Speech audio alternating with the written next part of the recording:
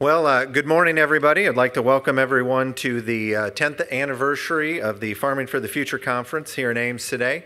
My name is Brian Waddingham. I'm Executive Director of the Coalition, and also on staff, Kent Maurer is back there. He's our Senior Field Coordinator. Rita Cook is in the back. She is our Assistant Field Specialist. So if there's any questions that any of you have today, feel free to grab one of us, and we will do our best to get that question answered. Really excited today to see the turnout. We're pushing upwards of 200 farmers and industry reps today, and really just kind of goes to serve as a reminder how important livestock agriculture is here in the state of Iowa. Maybe on the way in, you pass by the economic handouts we've got, just kind of highlighting, again, agriculture's importance to the state of Iowa. And that study, again, was just completed by the Coalition, and it went in there to talk about 33% of Iowa's economic contributions in the state comes from agriculture. So 1 out of every $3 that enters our economy today is coming from agriculture. And even more in depth on that, we've got 1 out of 5 Iowans go to work because of agriculture today. And the really good news is just under 98% of the farms in Iowa are owned and operated by families. So we've got a great story to tell. There's handouts out there kind of going more in depth on the importance that agriculture plays. But also go to our website, supportfarmers.com. We've got an interactive state map. You can click on your county and just see how important agriculture is to your county in terms of economic development, job creation, and total impact. And again, just wanted to touch base with the Coalition here, and we are funded by Iowa's commodity groups, so all of our work is made possible by the Iowa Cattlemen's, the Corn Growers, Farm Bureau, Iowa Pork, Iowa Soybean Association, Midwest Dairy, and the Iowa Turkey Federation, and their funding allows us to go out and meet with livestock farmers just like you, one-on-one, sit down at your kitchen table or out in the machine shed or in the feedlot and see where you're at today, where you want to get to, and what resources you have available. And again, that's another reason why we do this conference every year. When we're out, we visit with farmers and we see maybe some shortfalls or some gaps that need to be filled. We try to put on a conference like this to really help you fill in those gaps. So with that, as we get ready to kick off this conference, prepare yourself to be challenged, excited, and inspired. And again, a conference like this does take a lot of work, and again, want to thank Kent and Rita for all of their assistance on this, and then also the Iowa Soybean Association. I'm going to have Grant Kimberly come up as they are a sponsor of our featured keynote speaker today, Dr. David Kohl. So with that, Grant.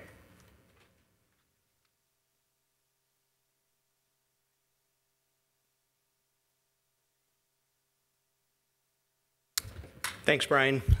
Good morning. I'd like to join Brian in welcoming you to this year's conference. As Brian said, my name is Grant Kimberly. I'm Director of Market Development for the Iowa Soybean Association. I also serve as Executive Director of the Iowa Biodiesel Board. I'm also a farmer from central Iowa, not too far from Maxwell. Been involved with the livestock industry for many, many years, personally as well as professionally. It's good to be here. I'm glad you are here too. The Iowa Soybean Association is a founding partner of the Coalition to Support Iowa's Farmers, not just in terms of dollars, but also in communicating the value of animal agriculture. This includes the information we share to food-minded Iowans via the Iowa Food and Family Project that we launched in 2011 and is now supported by nearly 40 partners, including every Iowa commodity organization. Nearly 1/3 of Iowa Soybean Association members raise livestock.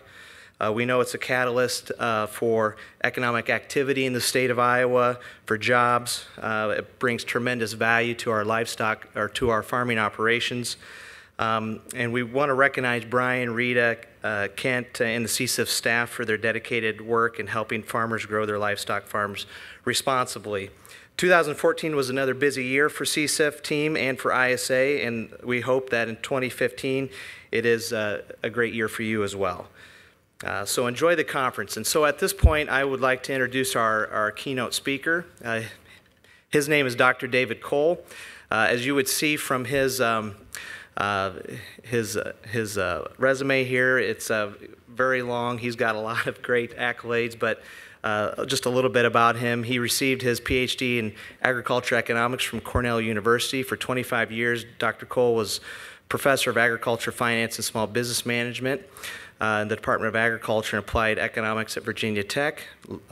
He was had special leave with the Royal Bank of Canada working on advanced initiatives for 2 years, and also assisted in the launch of a successful entrepreneurship program at Cornell University. Kohl is professor emeritus in the Agriculture and Applied Economics Department at Virginia Tech. And some other things that Dr. Kohl has done, he's also president of AgriVisions LLC, a knowledge-based consulting business providing cutting-edge programs to leading agriculture organizations worldwide. He's also a business coach and a part owner of Homestead Creamery, a value-added dairy business in the Blue Ridge Mountains. On a more personal note, he also enjoys sports, as you can see, farming, and certainly he really brings a lot of value to our industry, and want to just, again, thank him for being here today. So with that, Dr. Kohl, why don't you come on up? Thank you. Okay. Well, thank you. Thank you very much. All right. Thank you. I'm going to stay down here on the floor. Let's hear good Ames. Good morning. Let's hear it. Good morning. Okay. Well, folks, pleasure to be here with you this morning. It's been kind of an exciting past 3 weeks. I've been on the road speaking. This week I've been in Boonville, Missouri. I was also up in West Point, Nebraska. I was over in Shenandoah, Iowa yesterday. I'll be here today. And then I go into Bloomington, Normal, Illinois, and I'm speaking to a young farmer conference over there tomorrow before I head back home. Then I'm right back out in the Midwest next week. Well, let me further introduce myself. I'm Dave Kohl from Virginia Tech. Been down there about 37 years. And one of the things is I taught entrepreneurship, problem solving, and agricultural finance to over 10,000 students both there and up at Cornell. Do a lot of traveling. I just broke my 6 millionth mile on Delta Airlines. And what did they do? Put me in the back of the plane. But I've traveled almost 9 million miles. Last year, 39 states, 5 Canadian provinces. Real interesting. We're talking about farming in the future, and this is the 10th conference. I was at a deal last year where we looked at agriculture in the year 2030, 2039, not only here, but around the world. And one thing I'll tell you, the older I get, the more I travel, the less I know. The world will humble you real quickly. It was mentioned that I'm part owner of Homestead Creamery. 15 years ago, we decided to take an old meat packing plant and turn it into a dairy creamery, processing plant. They said it couldn't be done. We were going to sell milk in the old glass bottle. Nobody would want the hassle of glass bottles. Well, we're selling 100,000 gallons of milk a month. We're in 270 stores. 47 premium flavors of ice cream. Last year it was 43. We bumped up 4. We also just got off our eggnog custard season. 175,000 quarts. I was looking at the financials last night. We have a scripture bottle. It's become very popular. 6 years ago, we launched home delivery. We have 1,100 customers, and the milkman go door to door. Talk about farming in the future. What have we done to the milkman? One of the things is we electronically track them, how many minutes they're spending at each stop. Don't take that wrong, okay? We know what they sell. We know what the inventory is, et cetera, et cetera. It was kind of interesting looking at the financials. Heidi sent them over to me last year. Our first year in business, we were $670,000 in revenue. This year we hit 10 million, just slightly north of 10 million. And so when I start talking about financial feasibility of livestock production, straight talk, straight action, I come to you as an academic, I come to you as a traveler, but hey, I got a vested interest in this industry as well. Now, let's get right to the topic here today. And one of the things that I would just suggest to you, you know what one of the top 5 questions been this week? Should I get in livestock? Oh, every Tom, Dick, and Harry wants to get in livestock now. Now, let's put this in perspective. Let's drop back just for a second. What's the mood of American agriculture right now? Cautiously optimistic. Did you hear that? Cautiously optimistic. And what's real interesting is agriculture is flip-flopped. Where the grain industry was feeling its oats for about 10 years, well, guess what? Livestock industry, hotter than a pepper sprout, as Johnny and June Carter Cash would say. And so we've seen this flip-flop. Now, I think you have to keep your eye on 5 strategic factors in livestock feasibility, but it's grain feasibility, it's economic feasibility in agriculture. And the 5 strategic factors, which you'll see 4 up there, but I'm going to list another one. Folks, you better keep your eye on the emerging nations. They call you the flyover states. Who calls you the flyover states? Folks from Washington, D.C. You know, they get a little arrogant there. And one of the things is the flyover states never faced the Great Recession of 2008, 2009. You know why? The flyover states, agriculture and rural America were linked to the emerging nations. Who are the emerging nations? The BRICS and the KMTs. Brazil, Russia, India, China, South Africa, South Korea, Indonesia, Mexico, and Turkey. They're 26% of the world economy. But listen to this. Why was grain so hot for a while? They represented 53% of world economic growth. In Europe, United States, and Japan, our standard of living kind of flattened out. In those nations, it increased in some areas 6 times. And boy, when their incomes increase 6 times, what do they demand? Food, fiber, and fuel. What do we produce? Food, fiber, and fuel. Now, good news, the bad news, and the ugly news, okay? Where those economies were growing at 9, 10, 11%, particularly China, guess what? Their growth has now gone down to 4%. And boy, we're feeling it in commodities, okay?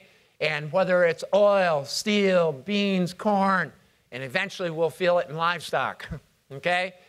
Keep your eye on those emerging nations. Very, very critical. And if you think about it, think about the economic growth. Say you put up a grain bin. Say you put up a milking parlor.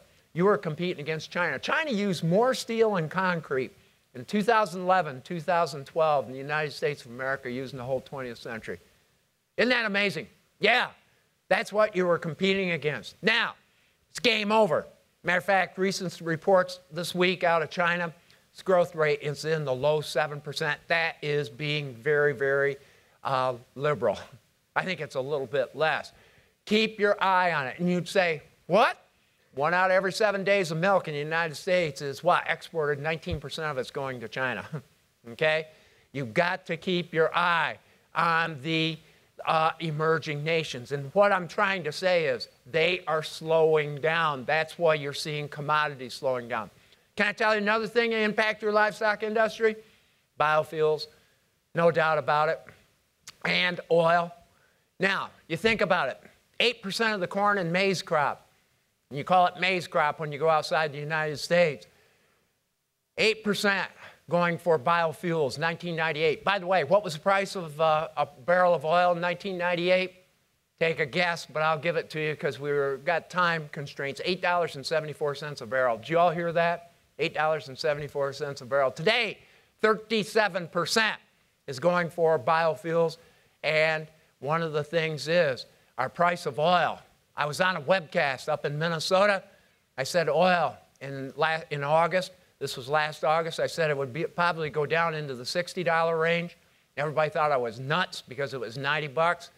Now, 60 I can handle. You know what scares me? And you better watch this one on economic feasibility.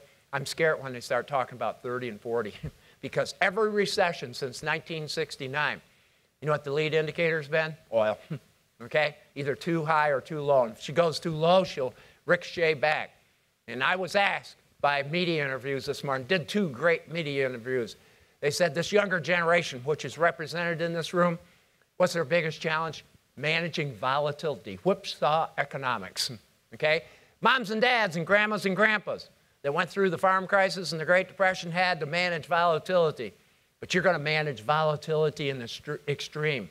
And that's going to be your livestock feasibility, managing that volatility. Now, one of the things is, has oil really helped the bottom lines, kept beef prices up? Remember this, every time a barrel of oil drops 10 bucks, 25 cents at the pump, quarter more to the U.S. economy and 25 billion off Mr. Putin's economy. Make no bones, they're trying to drive some of the dictators out. And also they're having an impact on North Dakota and Texas and Pennsylvania and Ohio as well. Another thing you better keep your eye on from a macro standpoint for economic feasibility is our central bank here, but abroad. Why? because we export a considerable amount of our livestock and grain product. Now, our Federal Reserve of the United States of America came to our rescue in 2007, 2008. We were 3 weeks away from a Great Depression. How did it help the flyover states and agriculture? They basically, 40% of your commodity prices and 40% of your land values in this state of Iowa can be connected to Federal Reserve policy. And what they do? They suppressed the dollar and kept interest rates low. I could have not looked you in the eye in 2007, 2008 and say interest rates would stay low for 8 straight years. You'd all say, what have you been smoking out of Boulder? Okay? And, well, okay. I saw a few Colorado cars going by me on the interstate, and I says, I wonder what's in them, okay? But one of the things is, yeah, farming for the future. But one of the things that's real interesting is watch our central bank, but watch them abroad, folks. It's more than our central bank. While we're pulling off the gas pedal, what did happen yesterday in Europe? Mr. Draghi, central banker, they're pushing the pedal to the metal. Why? Because Europe is headed into a recession and deflation. Did you hear that? Yeah. And who else is doing it? Japan. Who else is doing it? China. So as we pull off the gas pedal, they put the gas pedal down. What happens to the U.S. dollar? It strengthens. And how does it impact your livestock feasibility? It hinders our ability to export. You see where I'm coming from? Now, of course, you know, another issue we've got to watch for is this: inefficient infrastructure in the emerging nations. I was in the Twin Cities the other day, Minneapolis, St. Paul. Imagine 3 cities the size of Minneapolis, St. Paul in China with very few people living in them. There was a lot of money spent that wasn't efficiently used. The other thing that I think you better keep your eye on for economic feasibility is old Mother Nature. Now, Washington, D.C. thinks they're in control. You know who's really in control? Mom, Mother Nature. Now, as a traveler, I watch weather patterns off Alaska and Hawaii because it says either I'm going to have a good week or a bad week in the future, okay? And next week it looks like another good week, all right? But you know where else I'm monitoring weather? I'm monitoring it in the southern hemisphere of the world.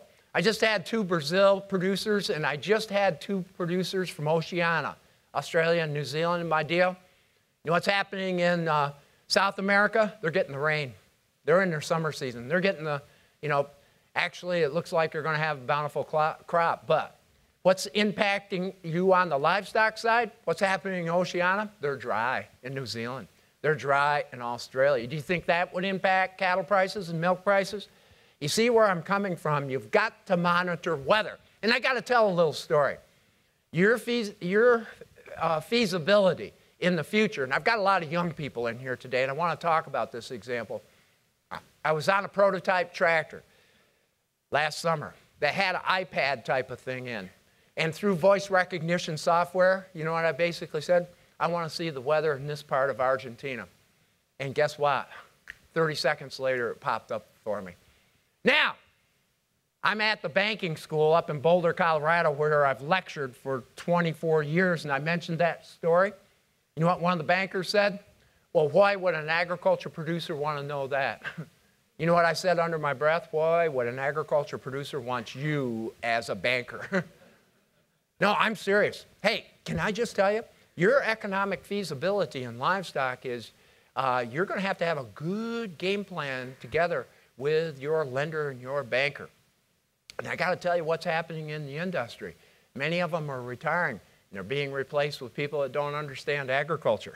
And so one of the things in economic feasibility, you got to talk it. You got to have financial systems that talk it. Now, those are 5 factors, but there's a 6th factor I didn't put up here. And I didn't put it up here purposely. You know what it is? And I'm going to look you square in the eye, okay, through these lights. And it was forgotten. But you know what I've been saying in the past 10 years, particularly the grain industry? You need an economically viable livestock industry to have an economically viable grain industry. And we tended to forget about it because what? The export markets were so strong, boosted grain, $8 corn, et cetera, et cetera. We forgot about our livestock industry. Isn't it interesting?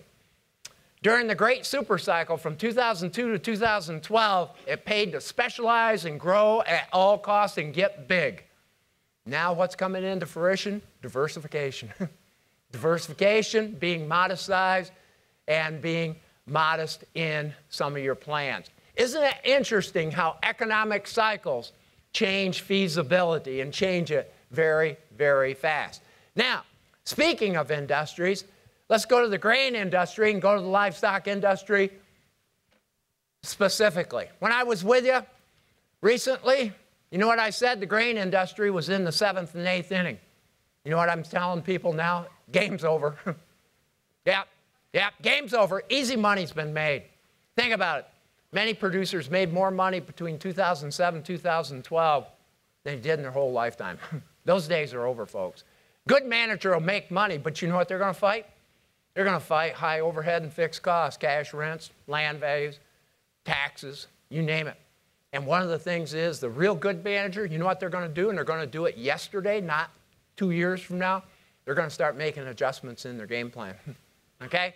And one of the things is they're going to shed lazy assets.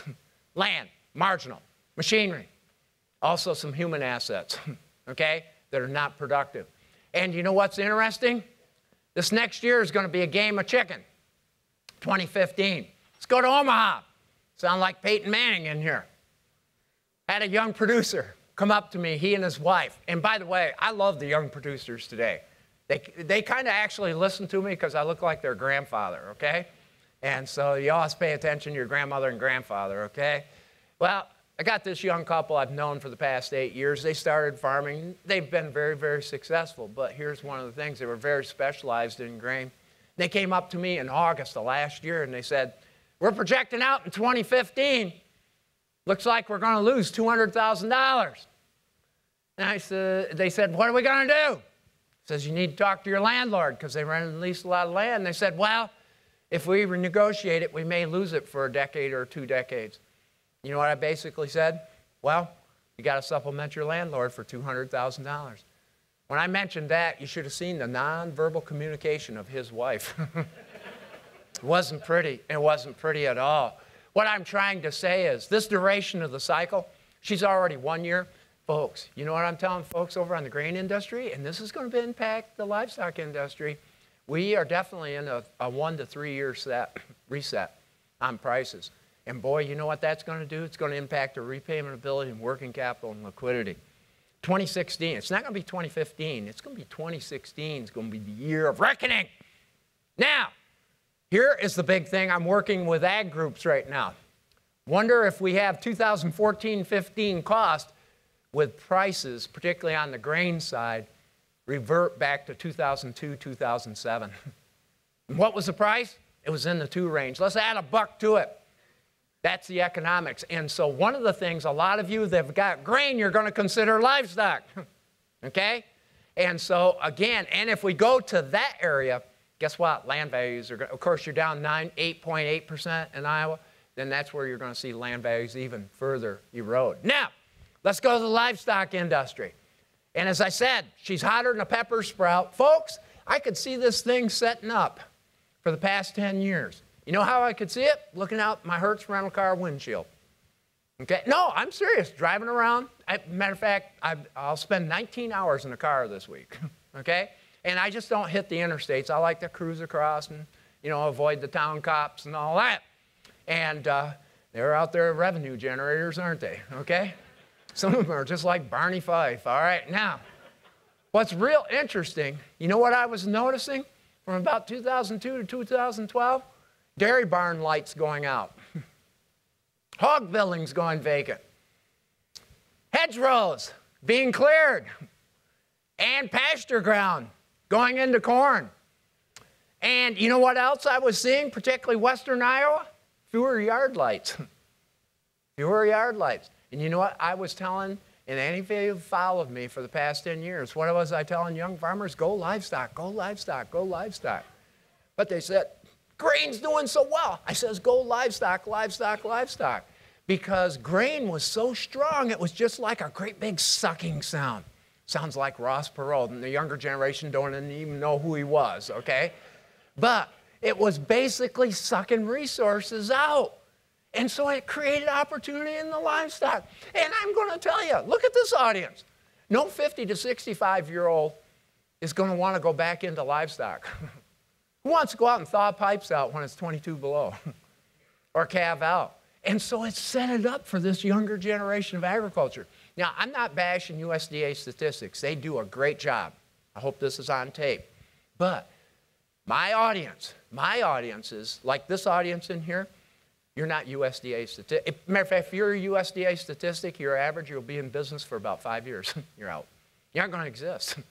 Now, this group in here and the industry associates, you're lifelong learners. That's why you're here today. And you know what I'm seeing?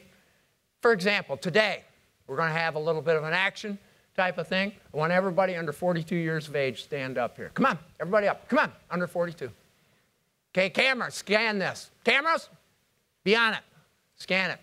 Well, it's well over 70%. Some of you have got to check your ID, okay? No, okay? By the way, I did TPAP, the Ag Executive School down at Texas A&M. Interesting. This year's group, 80% were under 42 years of age. New minority was the older folks. And one of the things that I've seen is we've got a whole new set of energy coming into the livestock industry. Now, here's what's going to happen. It's going to be priced early in the cycle. I'm out in Ocala, Nebraska, 5-weight heifers bringing $4 a pound. Boy, I was driving by some of the feedlots yesterday. I saw those diamonds in there. Hey, folks, you're playing with big numbers. You can go upside down real quickly, okay? It'll be price early in the cycle, and then it's going to be cost later in the cycle. Now, you go back and look at previous high livestock cycles, 1953, 1973, 1979. They generally have an abrupt ending. They generally will have an abrupt ending. 1953, end of the Korean War, knocked off demand. 1973, oil. 1978, 79, oil. What's on our horizon right now? Oil. Follow where I'm coming from? And so one of the things that I would just tell you is this duration of the cycle, it looks like a couple of years. But take my industry, the dairy industry. It's like a Clayton Kershaw curveball. The prices just dropped right off the table, okay? Again, we're playing with those international markets. And one of the things is it comes back to impact you. Now, a couple of years, I can see it, but here is the premise I want to make. The biggest mistakes are always made in the best of times because what do we become? We get very, very complacent on management, okay? So again, livestock is kind of the industry to be in, and I'm going to talk, a little further. Now, this just is some of the grass, and this is the emerging nations. And the only thing I want you to watch on the emerging nations, and this is very powerful, go to the left-hand side and look at China. You'll see a number that says 9.2. That's the size of their economy. We're 17 trillion, they're 9 trillion. By the way, China was the 7th largest economy in the world in year 2000. Now they're number 2. But they have just exceeded us in what they call purchasing power. And I'll give you the example, and it's related to the livestock industry. What's the most universal product across the world that is bought? You drove by one coming here this morning, okay? It's on the horizon, and some of you will eat that product. What is it? Come on now, Iowa State graduates. McDonald's. And it's the Ronald McDonald's Big Mac. Same ingredients in Ames, Iowa, as in Moscow, New York, Beijing, Mexico City, same ingredient.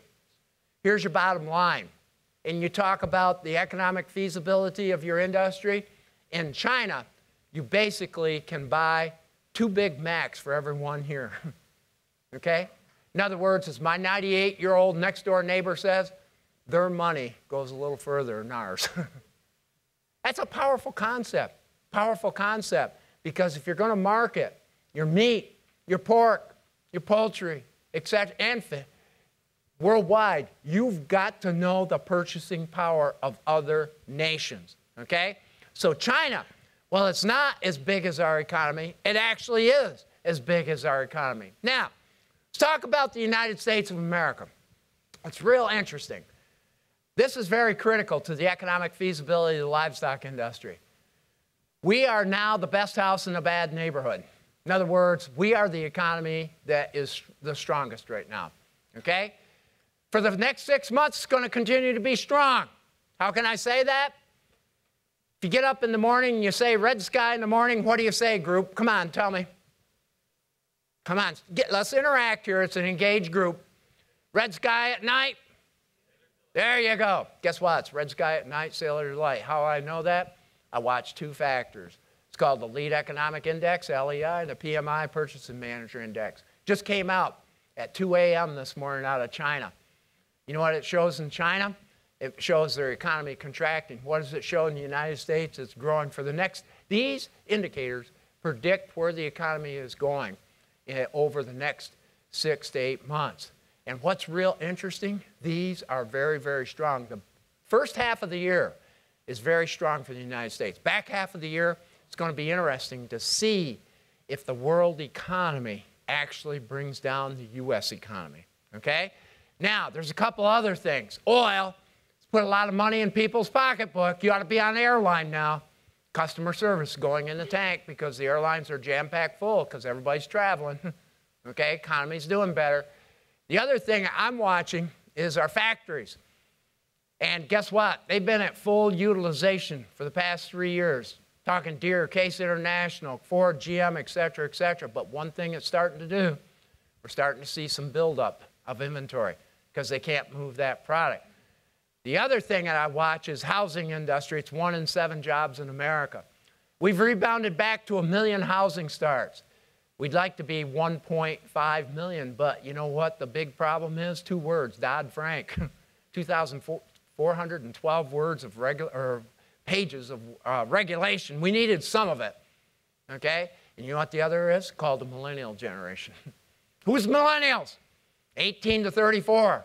What's happening to them? They're not getting married. They're moving to urban areas. And you know what the other thing is? They're carrying $1.2 trillion worth of university debt and college debt. So those payments are bigger than the house payments, and it's a drag on the economy. So again, what we are seeing is this coming along.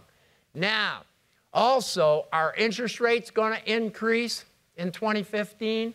2 of the 3 factors say yes. Unemployment's below 6. Growth of the economy is currently 5%. The only thing preventing interest rates from going up is inflation.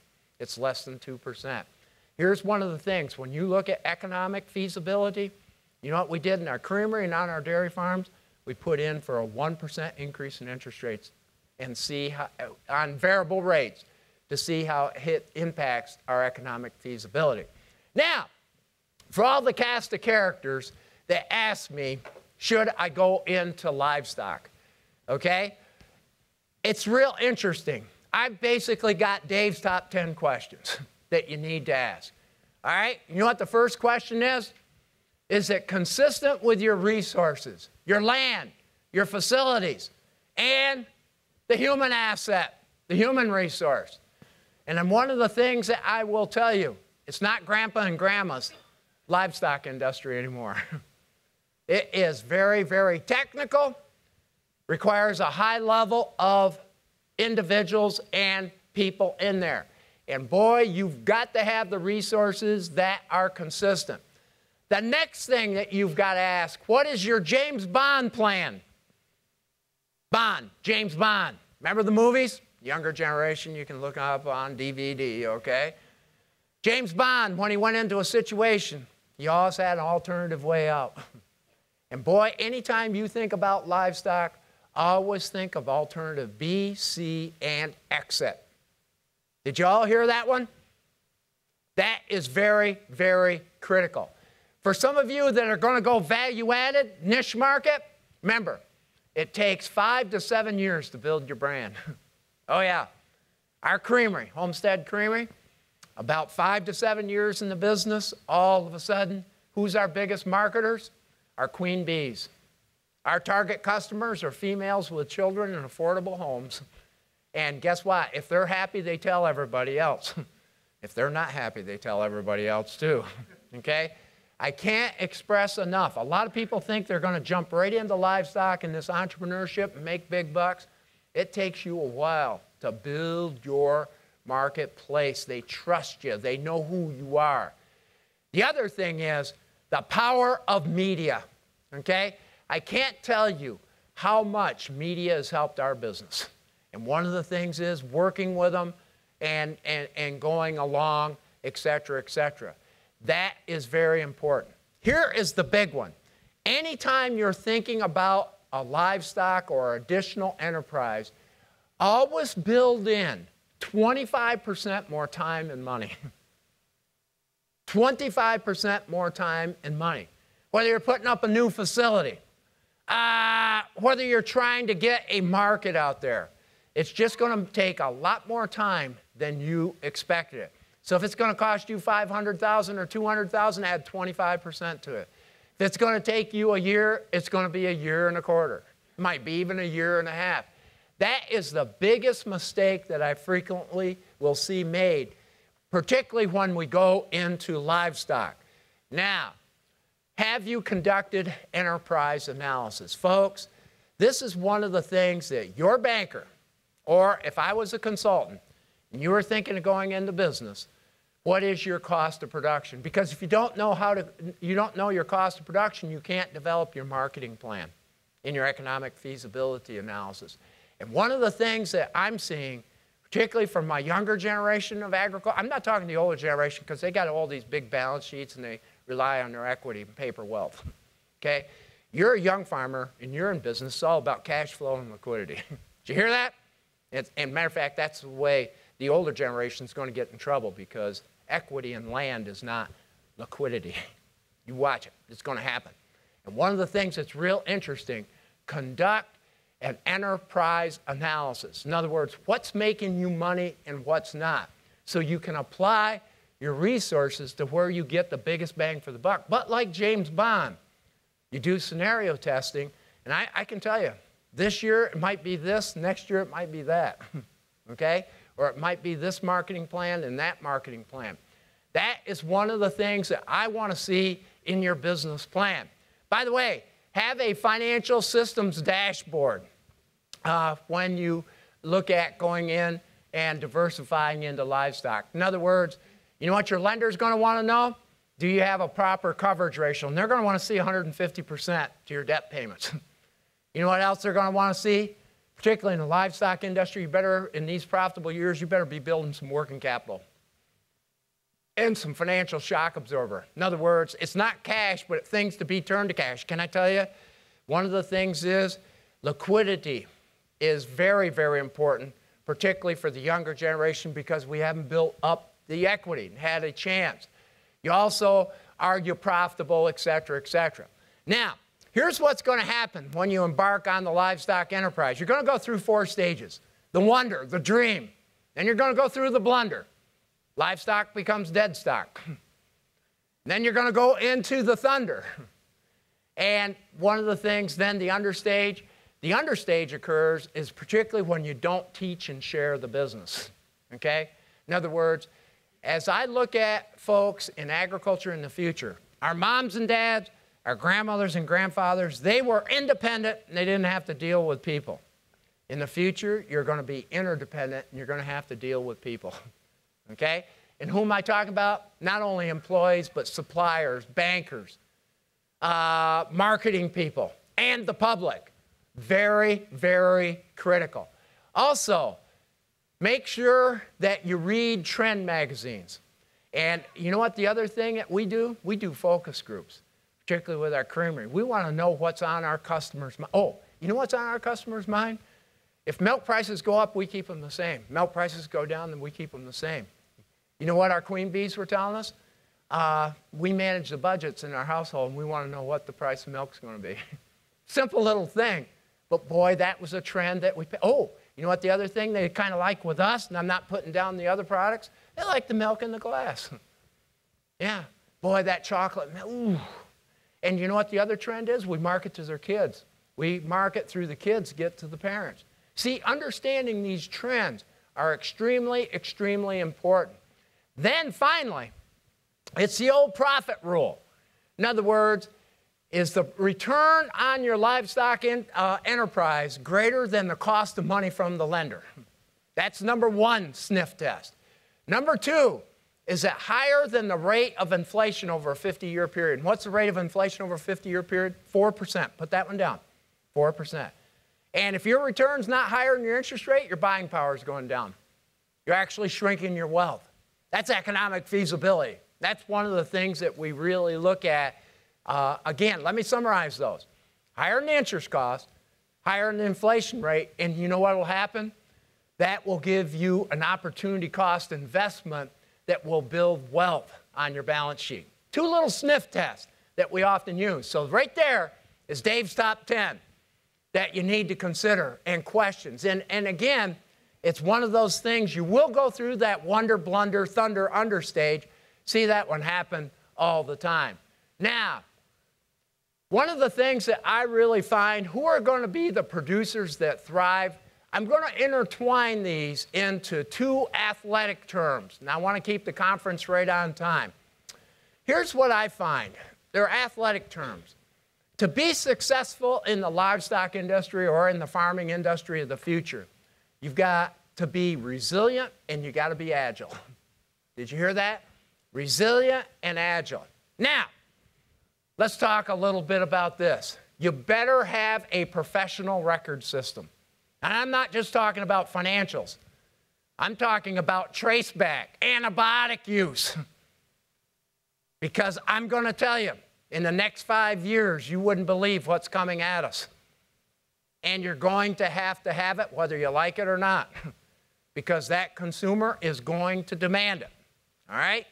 So again, professional record systems and documentation is going to be very critical in the feasibility of your livestock enterprise. Professional record system concerning finance. I'm working with a young man right now and his wife and his son in the dairy industry. All three of them, high school education. And you know what's interesting? How did I get their financials to talk to production and to their marketing plan? Very simple. I says you got to have 11,500 pounds out of that belt tank every pickup. Keep your monthly expenses 30 to 32,000 and keep your family living to about $3,000 a month, and you'll have a 150% coverage ratio. In other words, a 50% fudge factor. It's interesting. They send me the milk weights every week, and it's just amazing how they connect what. Oh, and they got to keep a somatic cell count under 125,000 and a 4.0 butterfat test. And it's amazing taking those production metrics and linking it right over to your financial metrics. That's your professional record system, okay? And you'd say, oh, that's too complicated.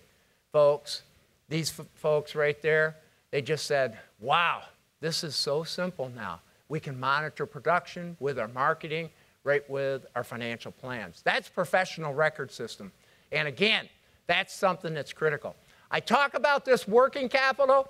I'm going to give you a metric for every livestock producer. I talked about it in Shenandoah yesterday.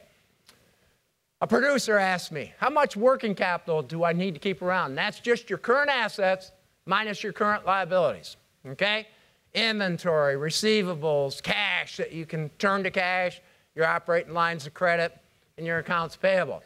Well, take my couple from Omaha. They had $2 million in revenue, $1 million in current assets, $500,000 in current liabilities, so they had $500,000 in net working capital. It's interesting. They were 25%. Generally speaking, I like to see a third of your expenses in net working capital. So, a third of your expenses. Okay, so if you had, $1 million worth of expenses, you want $333,000 in net working capital, because that is the thing that will help you risk management, manage volatility. And it also sends some positive vibes to your agricultural lenders, okay? And can I reiterate, that working capital needs to be headed north. In other words, in the livestock industry. And here's the other thing. you better have your marketing plan tied to your working capital. Let's pick on the grain industry for a second. Let's go to Minnesota. So I'm outside Iowa. You ought to hear what I tell them about you guys, all right? I saw a lot of working capital just dry up overnight when we went from $8 corn down to $4 or $5 corn. It wasn't price protected. See how important linking your plans together? So here's your bottom line. Do you have a third of your expenses in net working capital? Top 20% of managers keep 50%, the bottom 20, 10 to 13%. Your choice. Who's got the resiliency? I would tell you the people that have working capital. And again, you can figure your burn rate. Here's another big one. I'm going to talk to my young folks. Come on, young folks. I want to talk just to you. Can I give you a little secret to be successful? Keep your family living costs modest. No, I'm serious. You don't have to live like a pauper. Guess what? I'm telling lenders now, you can't plug a number on family living costs. We used to be able to do it. I would always come up with a number, and then all the lenders would plug it in. I can't do it anymore. You know why? Average doesn't live here anymore. Top 1/3 of family living, the high maintenance, $136,000 annually. For grain farmers, we had 19% above $200,000. That's what $8 corn gets you. Bottom 1/3, $72,000. Folks, my higher level ciphering, all the younger generation doesn't know that term. It was Jethro T. Bodine on Beverly Hillbillies, okay? It basically says that's $60,000 of free cash flow. Free cash flow that you can use to grow your business. Any old timer in here will tell you, modesty will get you a long ways on family living costs. And that is what I call resiliency. Can I pick on the grain industry for a second?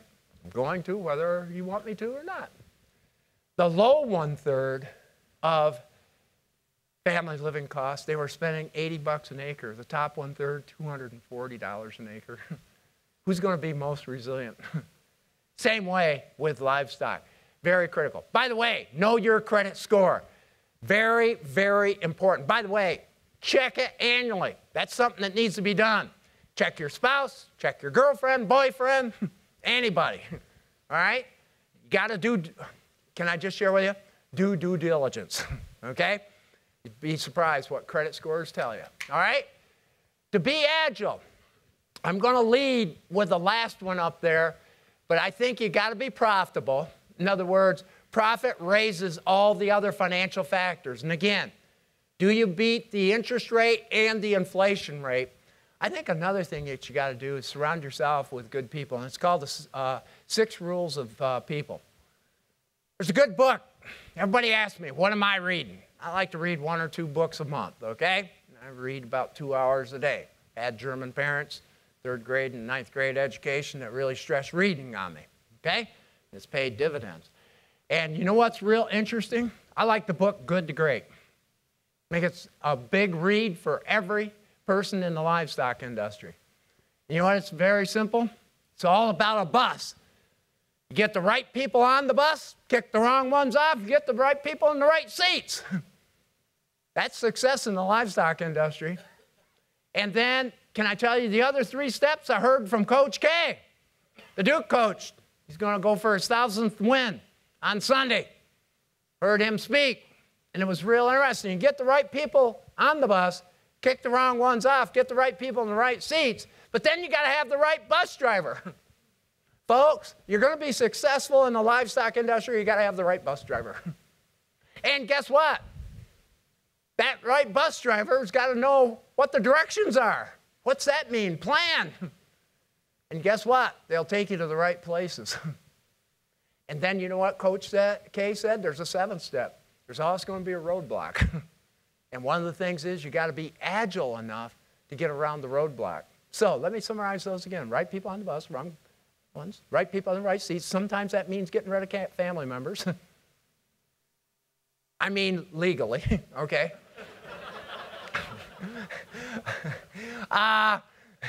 Get the right bus driver and know the plan. They'll take you to the right directions, but always plan for the roadblocks. That's your James Bond rule. The people plan. Can I tell you another thing? I'm going to ask my panelists today. Do they have a team of advisors? Boy, that's one of the things that's really set our operations ahead. And we meet about every month, not every month, every quarter. And one of the things is we have the crop consultant, the livestock, we have the lender on it. We have a retired extension agent on it. Yeah, he's nasty, but he's good. And he asks the tough questions. Folks, that team of advisors, one of the things is they will bring new ideas to you. They'll confirm what you're doing well, and they'll suggest improvement, but you got to have the ego to be able to accept improvement. And oftentimes you're in the livestock industry, you have a D personality. No, if I was to give you the DISC personality profile, you're a D. You don't like to take advice, okay? But one of the things is, you know what you do if you got a mother and father that are D personality? You'll shoot an idea off at them, and then they'll come back and say it's their idea a year later. Does that ever happen in Iowa? Yeah, okay? Very, very critical team of advisors. Education. Get events like this, 3 to 5 venues a year. You know what the best thing about this event is? Your ability to network with other positive people. That is the critical element. And then you know what the final thing is? And this one I'll use to close down. I'm a big believer, whether you're going into any business, you got to have a business plan, but you also have to know what everyone's goals are, okay? Goal setting. I go through the busiest airports in the world. By the way, Chicago just beat Atlanta. I go through both of them. Imagine 80% of the people that I walk by in those airports have no goals. 16% will have goals and they keep them in their mind. Only 4% write them down. If you're thinking about a livestock business, all major players need to be writing down their goals separately on a piece of paper.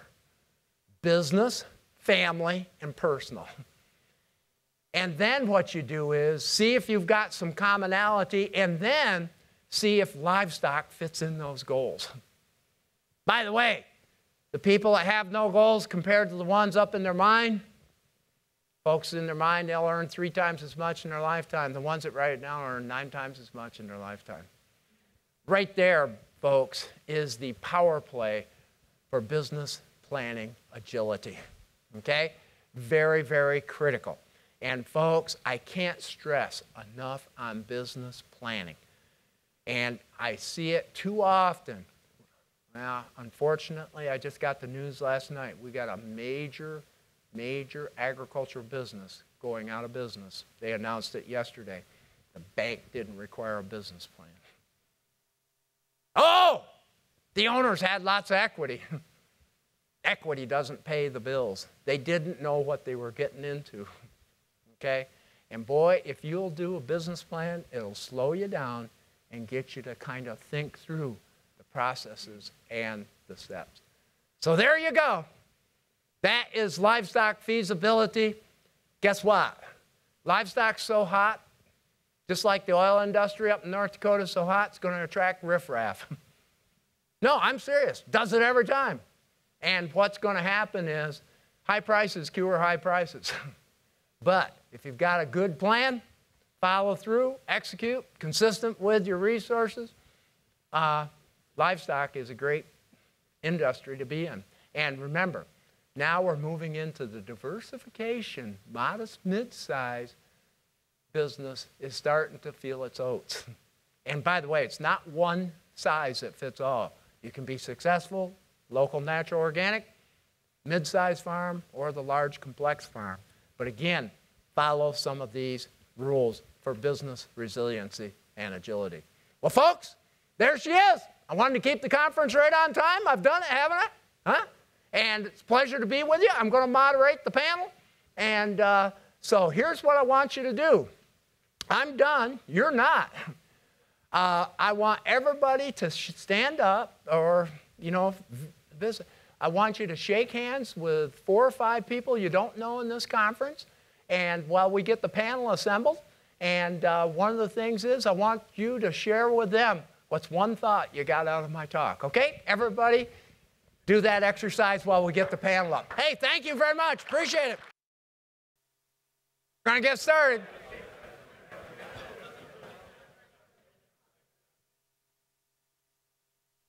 There we go. Oh, here comes Matt. We thought we'd, hey, Kent. We found him? We thought we'd lost Matt. We thought, huh? He went home. He had to go home and check pigs. Oh, okay. Sorry, Matt. I'll have to owe you later, won't I? Pick on me, I don't care. Okay. Good morning. I'm Kent Maurer, Senior Field Coordinator for the Coalition. I'm a lot like Dr. Kohl. I spend a lot of time behind the windshield, traveling the state, working with Iowa livestock farmers. So some of you I've worked with, I know. But I'm here today, and I have the pleasure of introducing our livestock farmer industry representative panel.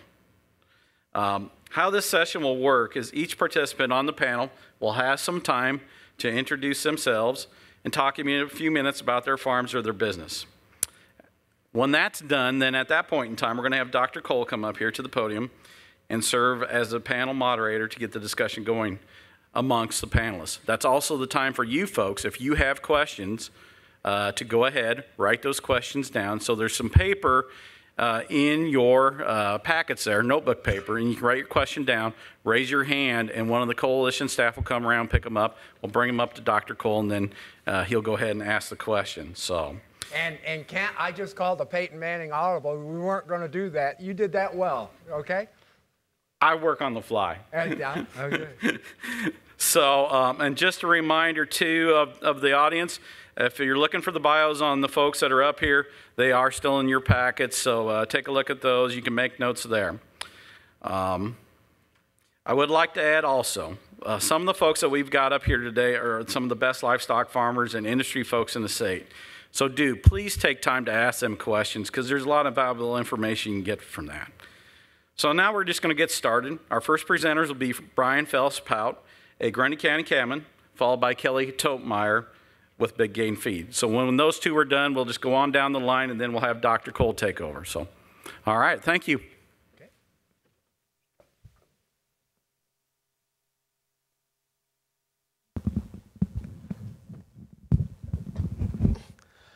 Good morning. My name's just too loud. That's better. My name's Brian Feldpausch. I farm in Grundy County with my father-in-law and his brother, raising beef cattle, crops also, and then some hogs. But my story kind of goes back to, Brian made reference to it, but I think I was at the very first coalition meeting in 2005, 4, something like that, in the Amanas, when we were looking at an opportunity to bring myself back to the farm. I taught VOAG for about 11 years. I think one of my first students is in the audience today. But I did that for 11 years, moved back to the family farm. You know, we didn't have an opportunity as far as the grain side, livestock side, it's always looked more attractive.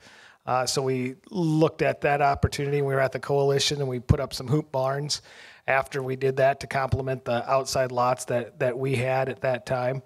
And I guess that's kind of my background, my information, or a little bit about myself. But Dr. Kohl's talked a little bit about, well, he's told us a little bit about the questions he's going to ask. But you know, one of the things that we've found in our farming operation is we have a good team of people that work together within our family. I come at it as a younger person, or a fairly young person, with a lot more financial questions in my mind every time I look at something. And then my father-in-law and his brother look at it from the production side a lot more often, that they can kind of look at things and know how they want to do it and how the cattle are going to do in a certain situation, and see that. And then, of course, we've got our outside resources that we work with really closely when we make those decisions. So that's just a little bit about us to get started.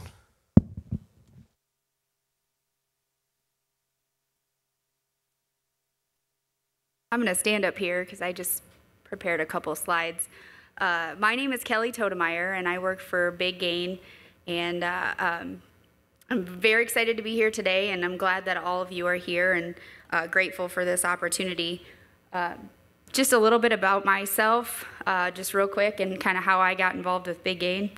I started out in East Central Iowa, weirdly enough, 20 miles from where Brian grew up. And we ended up meeting up, 10, 15 years later, far away from there on a feed call. So, however, that's where I grew up, oldest of 3 girls on a cow-calf farm, so I was dad's boy. if he needed any help, it was me. That was his only option. So then I came to Ames, and I spent 6 years here, and I got 2 degrees. It didn't take me 6 years to do one. I got 2 degrees, and from there, I took my first job in Lena, Illinois, working for one of the very first ethanol plants built here in the Midwestern area.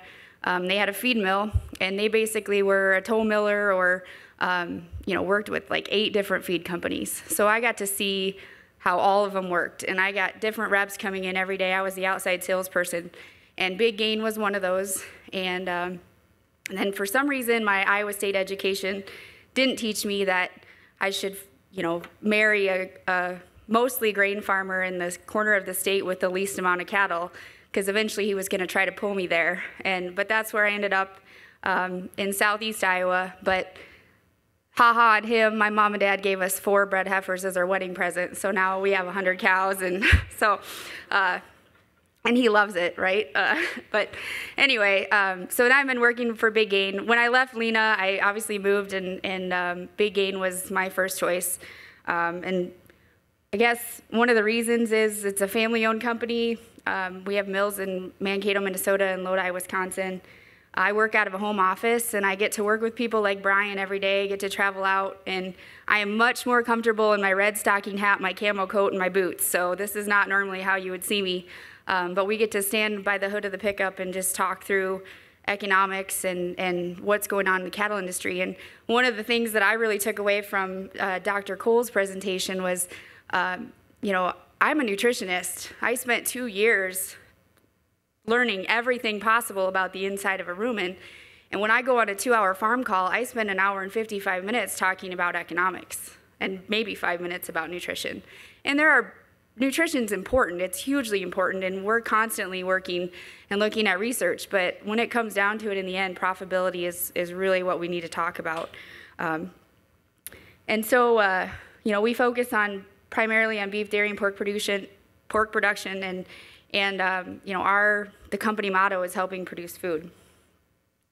So why did I like them so much?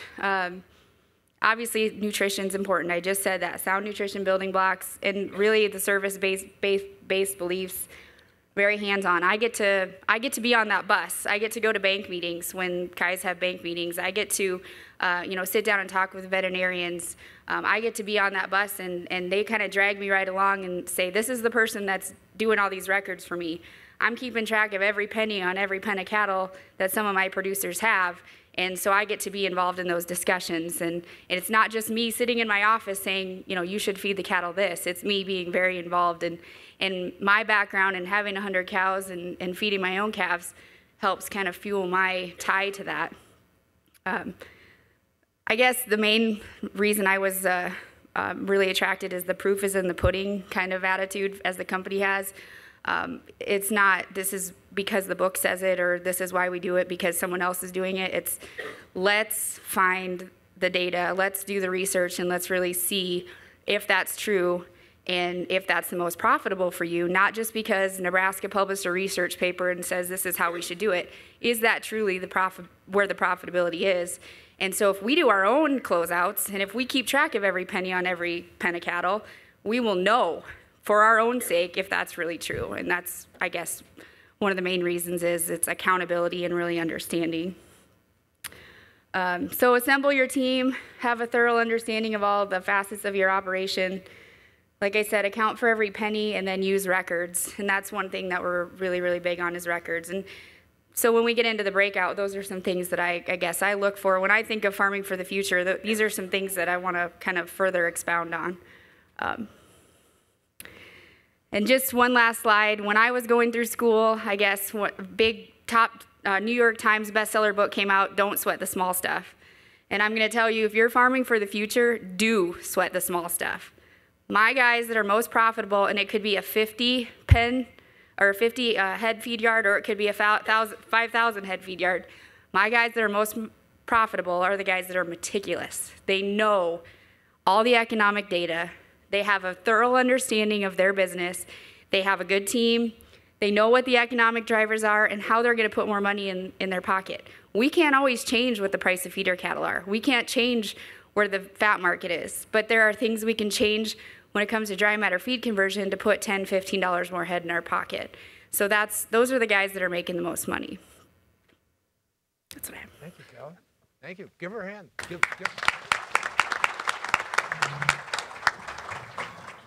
Matt, I guess you're ready, right? Okay. I'm Matt Raasch from Sac County. My wife and I and kids live north of Odie-Bolt. You can read my little bio in your folder, but I left out of there that I did graduate from Iowa State. There we go. That's our farm where we live now, about a mile north from there. And there we go. There's the trouble that's been caused. My wife, and this picture's a couple years old, but 2 older daughters in the back there, and my 2 youngest sons are now 7 and 2, and a 2-year-old grandson who just happens to be 6 weeks older than my youngest son. So it's been a real interesting couple of years here.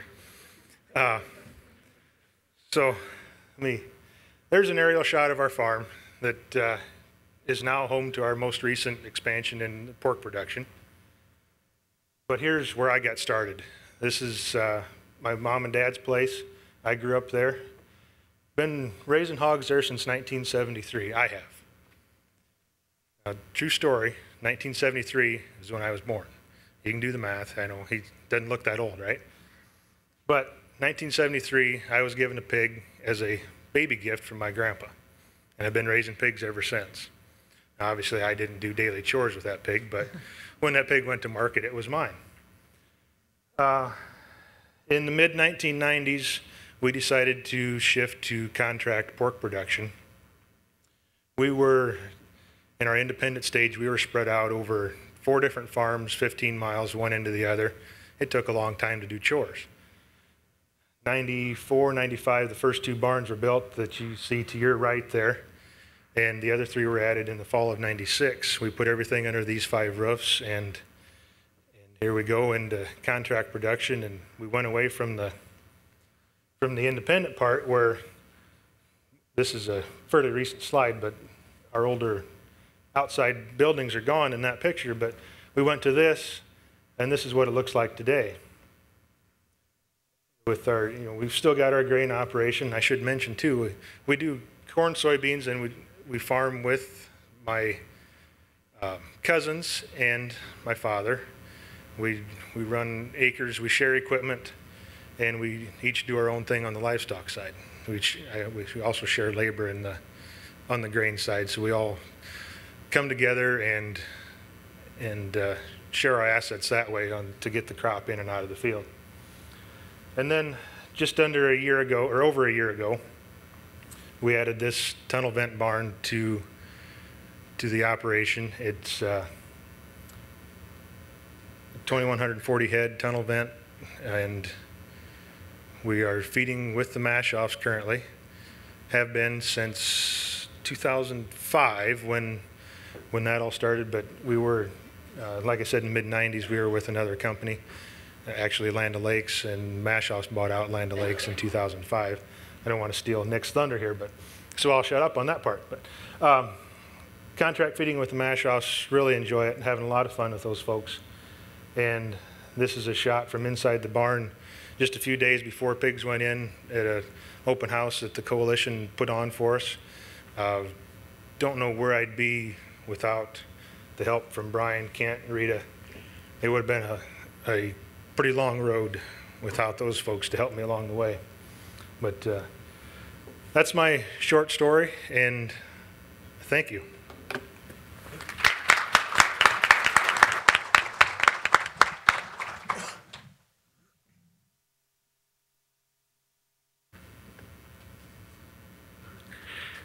Morning, folks. My name is Nick Fitzgerald. I'm a business development manager with the Maschhoffs. First of all, I'd like to thank the coalition for inviting me out to do this, and I'd like to thank each and every one of you for taking the time to come and be with us. I'm just going to share with you a little bit about the Maschhoffs and who we are. We're a pork production company. We contract with pork producers like Matt and his family, really across the Midwest. We are 100% owned by the 5th generation of the Maschhoffs, which is Ken and Dave and their wives. We are headquartered actually in Carlisle, Illinois, which is about 60 miles east of St. Louis, on the original home farm that Ken and Dave's dad, Wayne, had built. Today, we have approximately 74 sow farms, and we contract feed in about 575 finishing sites across the Midwest. We have 1,275 employees today. We do pellet approximately 85% of the feed that we feed to our livestock as well, through various toll mills, company-owned feed mills, and that we've got some pretty key partnerships there on the nutrition side.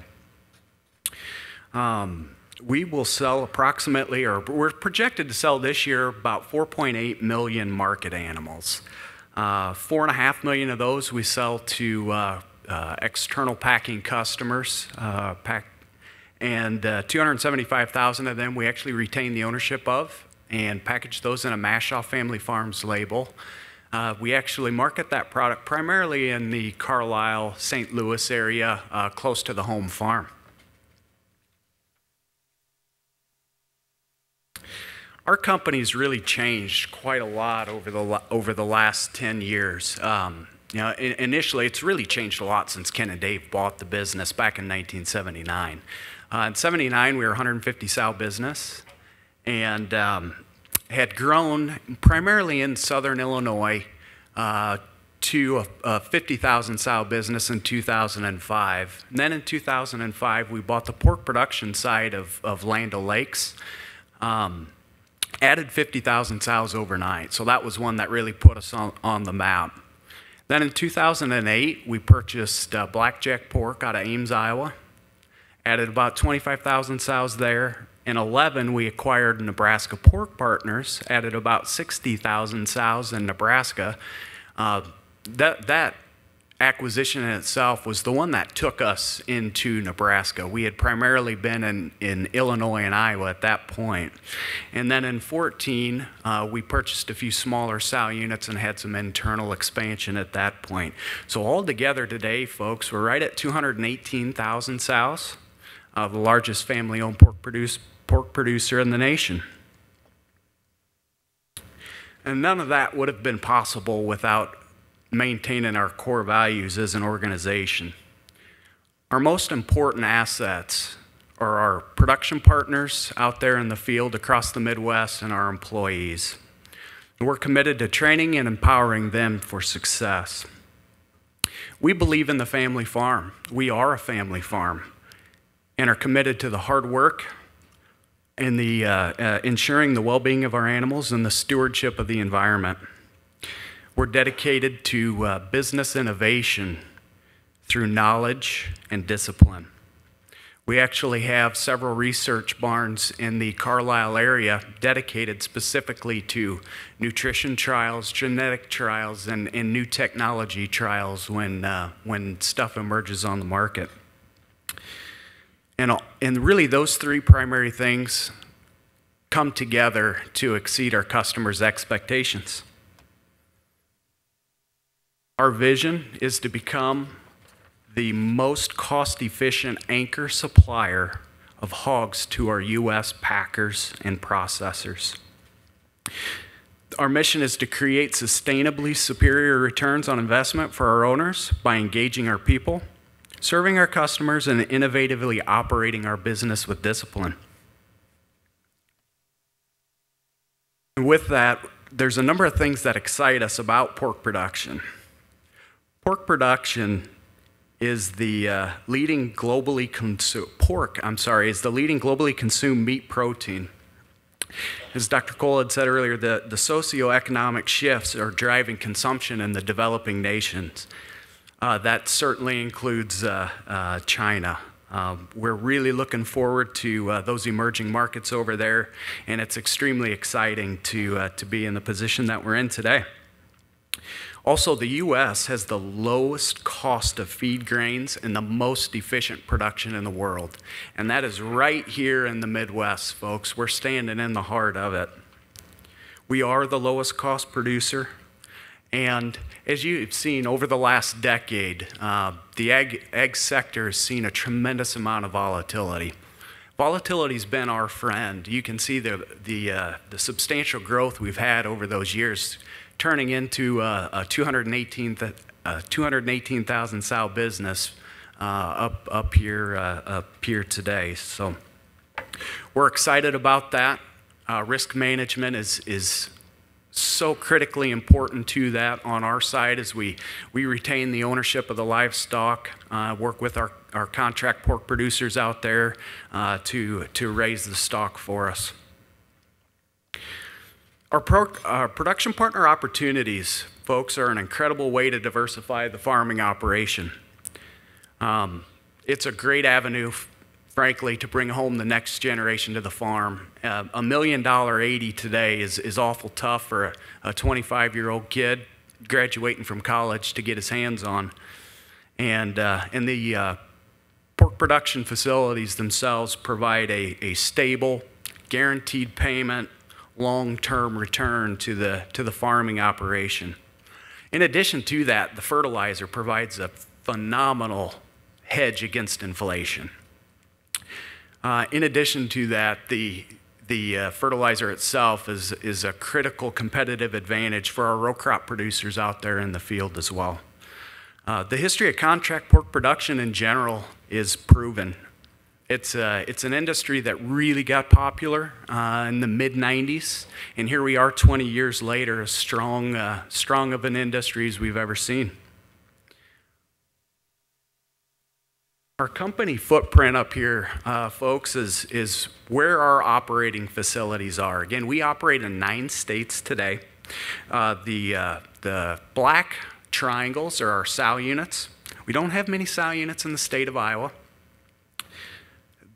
partly by design, mostly by design there. The red dots are the wean to finish and feeder to finish sites we have across the Midwest. And there's some blue dots on there would be the packers or the processors that we work with today. And also our feed mills are noted on there. So of the 575 sites that we work in, we have about 450 different production partners out there across Illinois, Iowa, Nebraska, and a few in northeast Missouri. Please come see us in the breakout session if you'd like to dive into more detail on that. Thanks, folks.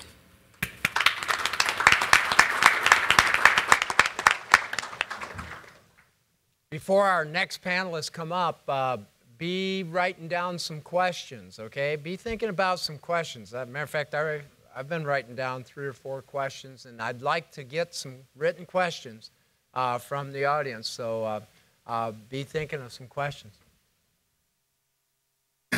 I'm Mark Nelson. I'm a 3rd generation farmer from Hamilton County. And I guess I grew up on the farm. Livestock was a big part of it. I remember when I was in high school, we had a 400 head cattle confinement, and I was in charge of taking care of that. That's back in the days when you only had to go to high school half days, and my dad always liked the fact that I could come home and work and took care of the free labor. But 78 tornado took our cattle confinement, and we still utilized our dry lots, and then we evolved and got heavily involved in livestock within the hogs. I still, with my cousin Jeff, still custom finish about 30,000 head of hogs a year. And through everything, with my family and everything, I've had like a roller coaster ride up and down. Brother fell off a grain bin, and so then we went buying him out, and the hog prices, and had this unique building that we had a sow unit, and we're right in the middle of a big hog dense area and stuff, so we leased it for a while, and then the people that were leasing it didn't want it anymore. So it was like, what do I do with this building? So Jeff and I came up with the idea, and we traveled around the United States for about 2 years looking at different aquaculture facilities. A lot of them wouldn't let us in, some would, but we went from Maryland to Mississippi, Alabama, Arkansas, South Dakota. I'm leaving a lot of places out I can't remember. But we spent 2 years coming up with a plan and the design and everything that we thought that would work best for us. And then the third year we started remodeling, built the unit. And so it's been 3 years I've been in the aquaculture business. And I think for the next 10 years I could still learn something new every day. And it's one of the reasons I think that we looked into aquaculture is too was that when we're sitting there, look at the trade deficit, and as far as natural resources in the United States, oil is the #1 trade deficit, and seafood is #2. And my experience was, you know, all these places that I went around and traveled around to look, you know, like some places they'd shut the door on you. Everybody wondered, like, oh, I got a trade secret. I want to keep it to myself. But if you look at where we're at in Iowa and everything, the only way we thought we could grow this whole business was to be very open our doors, because with the trade deficit, if we just had a small percentage of that, there's no way that we're going to be able to get bigger without having a lot of support. You need the infrastructure, the processing, and everything like that. And that's where we came up and partnered with VeroBlue, which I've been very blessed, you know, through everything, all the roller coasters, ups and downs, and having everything that I've learned in life. There's a lot of things that isn't what you know, it's who you know. And that's about all I have to say for right now. If you have a lot of questions, I might not know them all later on, but we've learned a lot in the last 3 years in raising fish. And if we're going to feed the world, it's got to come from aquaculture, I think. Thank you.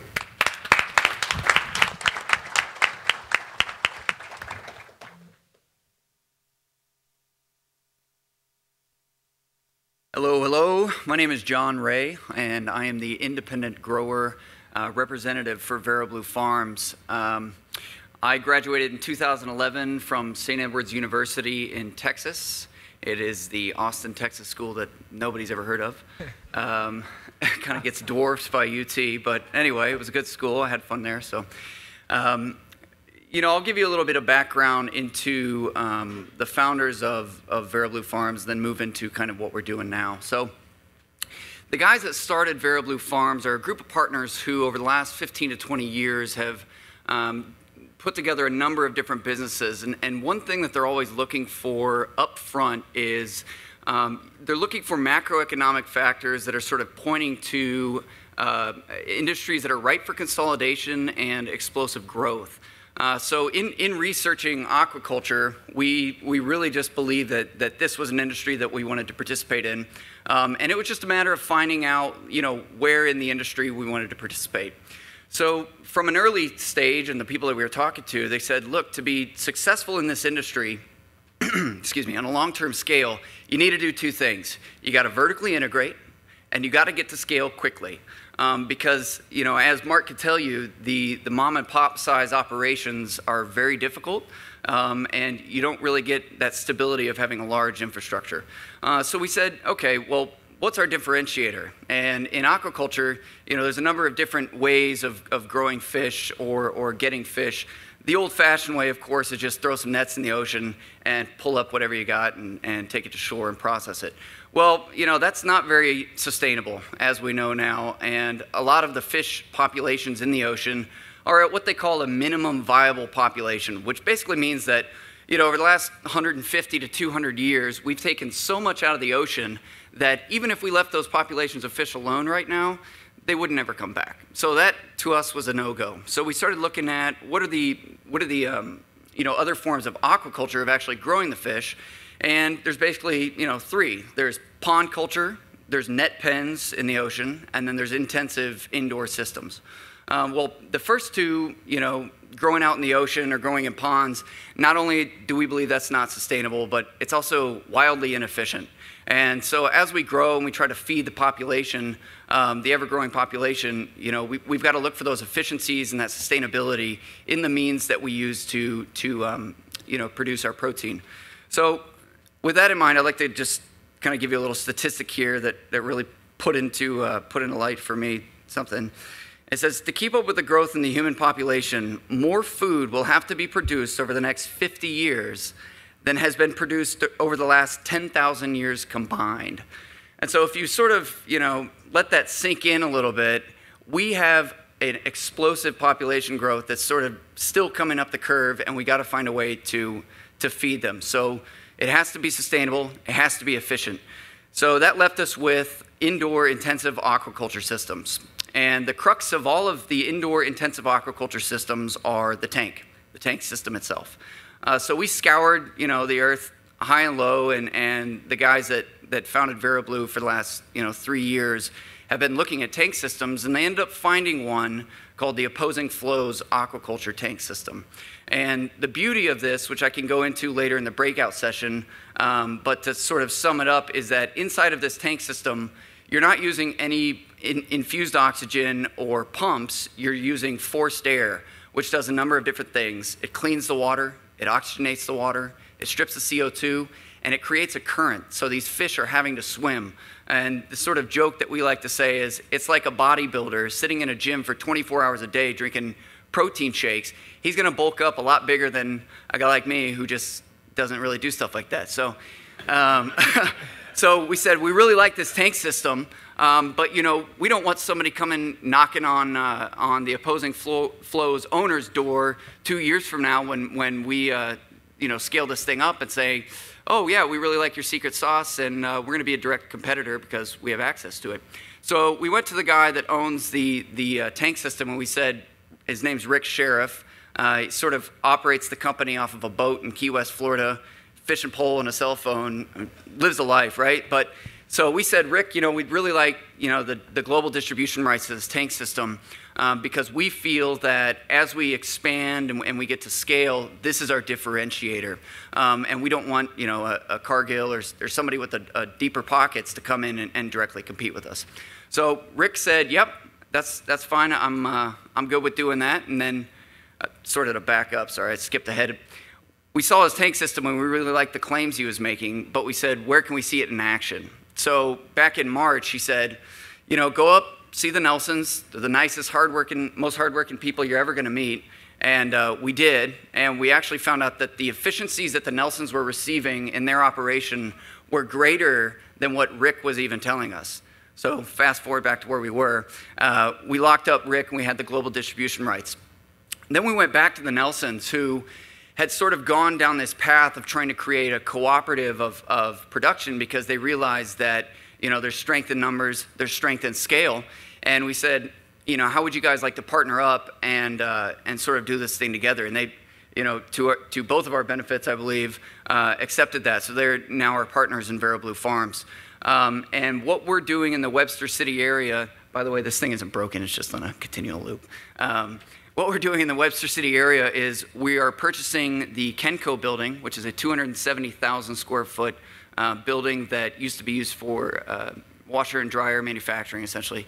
And we're putting tanks in that building that will be able to produce 7.2 million pounds a year of fish. And we're going to expand that through the use of a well-proven business model, which is the use of contract growers or independent growers, however you want to label that.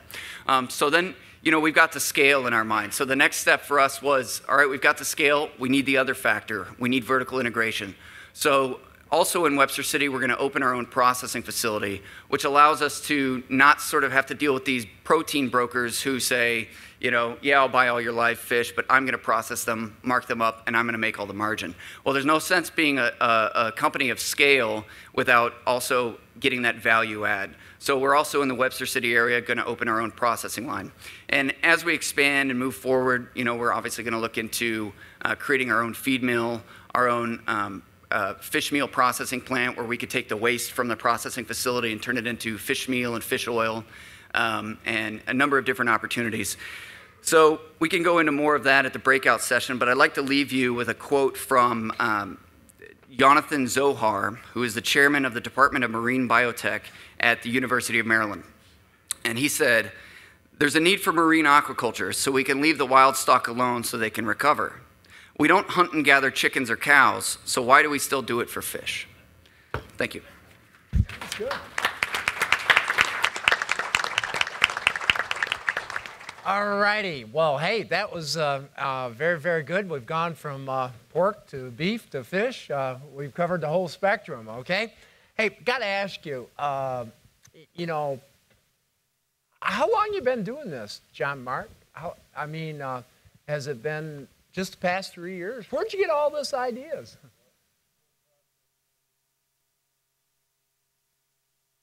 Six years ago for me, and it'll be 3 years in March that we've had fish. We started off with striped bass, and then we've migrated to barramundi, which is an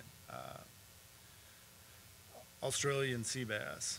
It's a white fish, very high in omega-3, low in omega-6. It's great brain food, which I need all the help I can get. And where do you market? Okay, where is... So like Cisco locally and stuff. My partner right now is in, he's been in meetings all week with like Cisco. There's white linen tablecloth, Hy-Vees, PDI. It really has a lot of potential. Now, what's your market differentiator? And John, kick in here. Is it the quality of the fish, or it's a food with a face? Yeah, I think it's both. So the other people in the United States that are trying to produce barramundi of any scale are producing about 1 million pounds a year. And it's Australis, which is out in, was it Massachusetts? They're out in Massachusetts. And so they came to the same sort of conclusion that we did, and except they used a different tank system. And the tank system that they had basically limited the growth of their fish to about 1.5 pounds. Well, you know, if you think that you get about a 50% fillet yield off of any pound of fish or any poundage of fish, at 1.5 pounds you can't get that 8-ounce fillet. So they have the smaller fillet size. The other thing was that they ended up, because of their tank system, running into operational efficiency problems and cost problems, and so they decided to go, you know, completely against the grain of what they started out saying they were going to do, which is be this super sustainable company, and now they're growing in net pens in Vietnam. So we believe that our ability to beat them on size and quality, and then timing to market is our main differentiator, along with the fact that, you know, we have visibility into our production process, whereas they don't. Got to ask you, and again, speak into the, or you, Mark, make sure you speak into the microphone. You use venture capital on this, or do you have a banker, or you just got deep pockets? And speak into the microphone on it. So, yeah. We're using some venture capital on this project now, but when I started,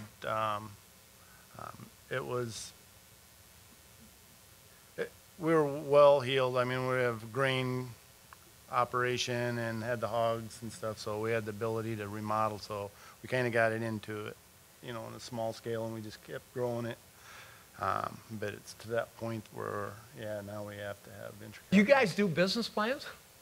Oh, yeah. Yes. Oh, yeah. Whoa, you do? Yes. A written business plan? So yeah, whoa, come on. Oh, no, a farmer would never do that. Huh? Well, you know, in the VeroBlue operation, the way it sort of stands is, you know, Mark and Jeff are operational and experiential partners who have, you know, a depth and breadth of knowledge in this industry, not only protein production, but specifically using this tank system and growing barramundi that we feel is rivaled by none. And on the other side of the table, the sort of people that I am involved in and that I came from, if you will, are more of the financial aspect. So they do capital market raising and have, you know, a 15 to 20 year history of putting together large operations like this. Okay. John, did you grow up on a farm? Pardon? You grew up on a farm? No, we didn't farm anything. I mean, we had ducks and stuff, but we never killed them. And where are you from? Texas. Oh, where in Texas? Dallas area, outside, right outside Dallas. You're Melissa, you're anybody? a Cowboys fan. No. No? Okay. You know, once they let you down too many times, you got to write them off. You got to move on. You blame it on the referees, right? Okay. Hey, let's come down the line, pork and beef here, and the whole thing. Got to ask you, your family farms, what makes the guy sitting next to you successful? Nick? Uh-oh. And here you go, Matt. He's putting you in the ESPN hot seat. I really don't What are know. What are 4 or 5 attributes? And obviously you got quite a few Matts in the system, right? You betcha. So what we look for production partners, and Matt is a prime example of it. So we're looking for folks out there that have a strong interest in animal husbandry. They want to take care of pigs, looking for ways to diversify the farm, have a willingness to adapt to the technology that's out there today, and share the same passion that we do in pork production. When we get into the site-specific details, there's a little more that goes into it with regard to where we can place them and how we can help out with that. But in general, it's the passion for animal agriculture, whether it's pork production, fish, or cattle. Now, one of the things also, Matt has got to have the ability to execute, though, right? Oh. Do you ever get producers that'll talk a good game and don't execute? This is going to spark some. Seeing the audience not asking any questions, I'm going to get right into the Jerry Springer show here. Yeah. Yeah, I mean, it does happen. You know, with us, we try to go out, have several meetings with our prospects out there in the field to try to get a read on, is it something that they want to do, or is it something that they just say they want to do? Are we batting 1,000 on that? No, I wouldn't say that, but the vast majority of our production partners do a fantastic job. We have an extremely high retention rate on contract renegotiations and renewals, and so I'm awfully proud of that, and it takes a lot of work, no question about it, but and Matt's a great example of our premier pork production partners. And Matt, what's the benefit for you? And think about it, you got children and grandchildren coming along. What's the benefit for you? Well, you know, the biggest thing, like Nick said, I want to raise pigs. I want to take care of pigs. And this allows me to concentrate on that and not worry so much about the breeding, the genetics, whether or not the actual pig is making me money. I'm taking care of the pig and doing the best job I can for the Maschhoffs. And with the kids and grandkids, I've got 6th and 7th generations coming on. That 7-year-old, he's amazing for hired help, or free hired help. We'll take that off the camera. You know, I can't believe the energy there, even that just willingness, wanting to get going and do it. That's exciting, isn't it? It is. It is. Yeah. Kelly, talk to me. Yes, sir. What's this guy? You know, what's he exhibit? Well, I'm in a little bit different situation because I'm, they're not, technically working for me. Yeah, I'm working for them. But So I'm going to help anybody. But I can tell you that the days that I get to go to farms like Miller Farms or some of my other customers where it's, really intense and they know their business are much more enjoyable than the times where I go and we have to sit down and rehash things that, didn't go so well because we didn't follow a business plan, or we didn't, we do feedlot accounting, so we're keeping track of all this money spent and the feed records and all that. And sometimes when I'm jumping up and down saying, I need this, I'm thinking, I'm worrying more about your cattle than what you are. And, those are the times that it's a little bit more frustrating. And so when I do get to go sit down with guys that really understand it, we do the records and we know what's going on and we're not surprised. We know every month what the break even is on this pen of cattle. And in the end, we're not surprised.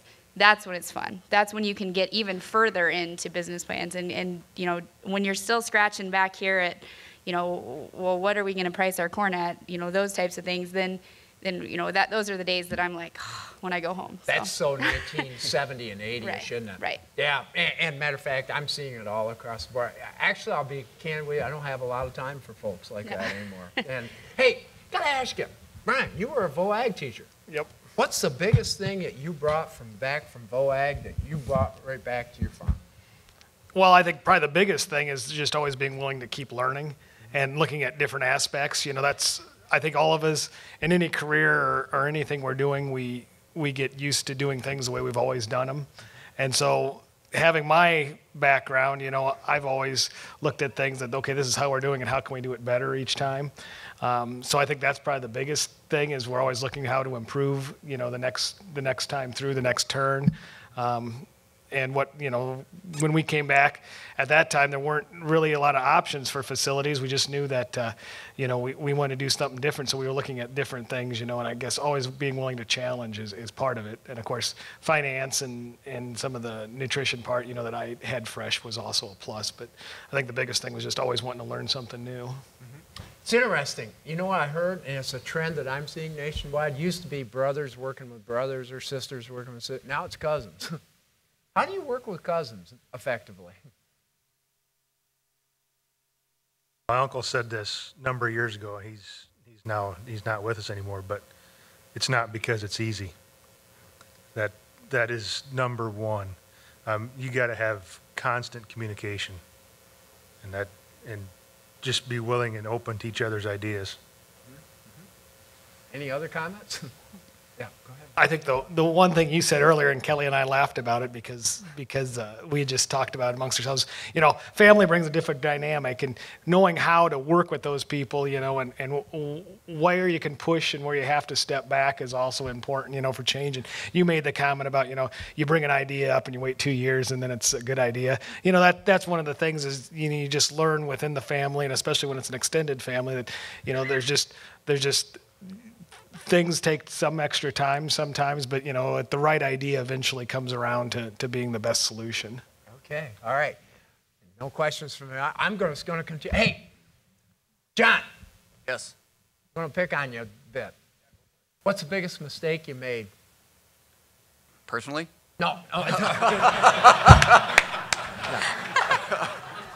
I did set myself up for that one. No. That might be interesting. Yeah, well, go ahead. Go ahead and explain. But I meant from a business standpoint. You can do both if you want to. Okay. With respect to you know, VeroBlue Farms and my role, the first mistake I made, I think, was really not having my organizational ducks in a row. And when we started having meetings for potential independent growers, I was completely overwhelmed by the sheer number of them that were coming, and you know, I shouldn't have been, because this is the area where people are very familiar with that. But yeah, there was a couple weeks there where I was just completely overwhelmed with requests. So it was just kind of preparation on a you know, personal level as it pertains to keeping on top of all the growers. So. And all the moving parts within those. Yeah, there's a number of different parts, and you know, in the type of operation that we're setting up, you know, everybody does everything until you're stabilized. So we all wear many hats, so to speak. So I'll just go down through. Anybody else got some mistakes? Yep. Go ahead. I would have one, just that never assume everything's going to be constant, you know, because like when I first started off, you know, we had our wells checked and everything was like, oh, okay, that's good, you know. So then we always just check the water in the tank, but I never would check the incoming water. And, you know, the biofilters in the tanks and everything, they removed the ammonia and the nitrites. And when we first started off, we were raising striped bass, and so you can't use any drugs or anything like that when you're feeding the fish, because any drugs will affect your biofilters, and antibiotics will kill them and stuff. And then once it's in the water, it's hard to remove it, you know. So handling the fish, they'll stress just by running a dip net through there. So you'd always cool the water down to handle them. And we just assumed that by lowering the water temperature, it works like a drug, I guess. It puts them in a sleep state, but everything would work fine, and then all of a sudden, the next 2 weeks later, you'd have some dead fish. Well, why did they die? Well, through the night, the biofilters removed the ammonia and the nitrates, but come to find out, our well,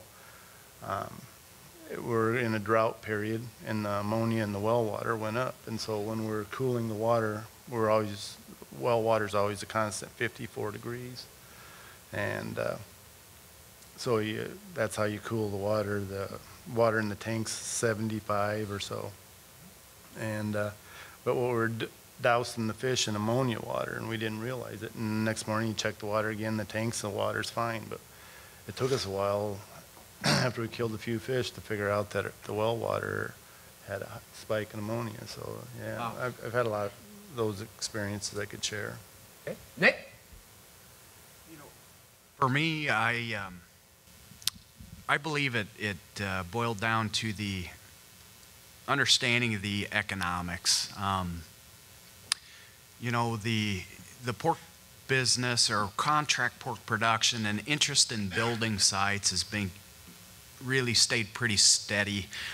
There's a lot of folks interested, and we on the development side have been probably, my dad always says it's better to be lucky than good, but when I think we've been lucky with regard to how the commodity markets have blessed the farmers out there, and I would say myself and along with my peers out there, we didn't have a deep enough understanding of the economic impact that hog sites really had for pork producers out there until we start rolling into this downturn in the grains. And so now that guys are really looking at break-evens, margins, cost of production, how does a hog site help diversify the farming operation, improve cash margins on acres from a fertilizer standpoint, and that? So for me, it was the depth of the economic knowledge that the hog sites have brought us. Matt? Mistakes. Are there any? Just learning experiences, right? Yep. Biggest thing that comes to mind for me, it's not Grandpa's farm anymore. You can't run it like 40s, 50s, 60s, 1970s.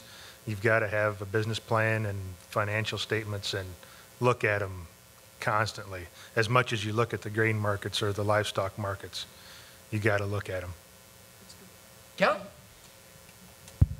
I would have to say that I've been at this 11 years now, and I'm fairly organized, and I wouldn't say pushy, but I usually back my statements up with numbers, and there are people out there that no matter what you put in front of them, and you can bring a baseball bat with and beat them on the head, they're just going to have to learn it themselves. And sometimes in my position, I've had to realize that sometimes I have to take a step back and just kind of let that happen.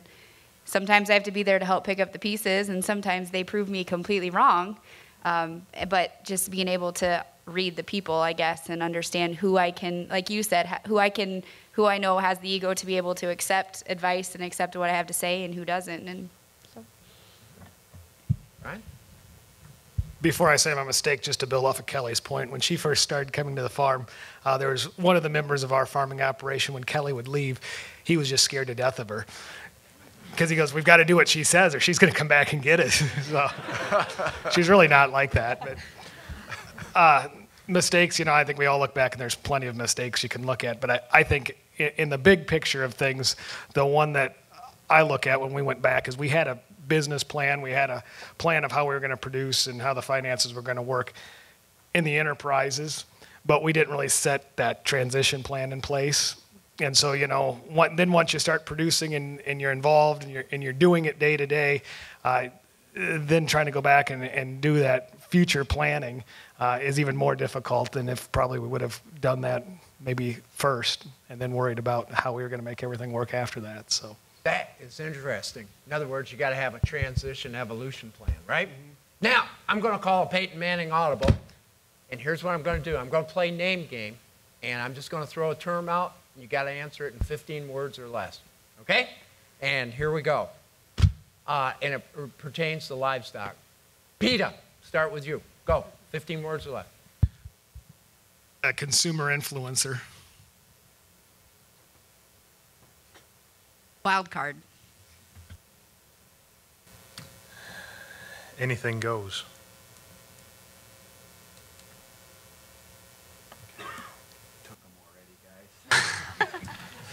Go. That's okay. Go. Radical.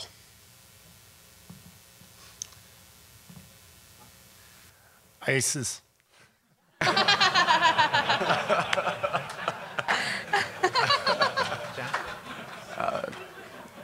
Change your locks. Okay. EPA. Start with you, John. Same 15 words or less. Yep. You'd better be following their guidelines. Okay. Go ahead, Nick. Oh, okay. Go ahead, Mark. Oh.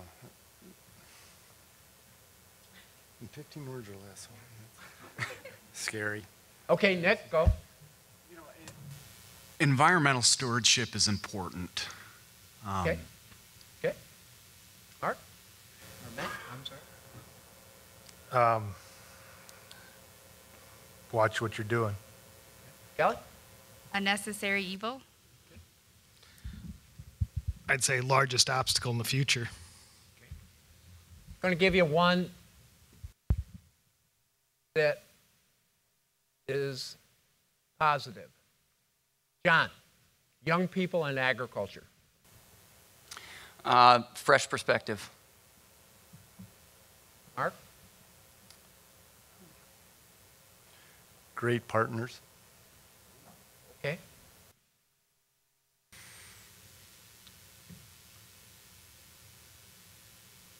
Yeah, it is certainly a breath of fresh air and very much needed. Matt? Future of agriculture and knowledge. Using your terms, usually more agile and resilient. Brian? Energy. Okay. Final one. Agriculture. At the 20th conference. Start with you, Brian. We're at the 10th. Now what's the 20th? Here we go. Challenging and rapidly changing. Kelly? Shocking, probably. Matt? All electronic. Ooh. Nick? The build on that, the technical advances will be surprising. Okay. Great place to raise your family. Ooh.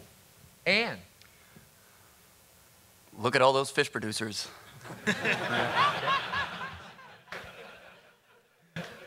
Well, that's a good one. I should end on that, but I won't. All right. Here's the final challenge as we close this down. Kelly and Brian know this. The rest of you didn't know this, so I'm going to start with them to build momentum. Yeah. Give the nugget, or give the audience one nugget, golden nugget that you would like to have them take away. Okay? Go, Brian. I think that the one nugget is that anybody can be successful in livestock production. It's just going to be how you manage that overall risk and able to produce at the lowest cost possible. Kelly. I really believe this, and I said it earlier, is really do sweat the small stuff. Be meticulous. I'm a country music fan. Toby Keith had an article in Forbes, and he said that he gets so frustrated when people say you're lucky, because he says if anyone works hard, luck will follow. And I really kind of believe that. We can't always take care of the big stuff, but if we really work hard and we are meticulous and we do all that small stuff, good things are going to come. Matt?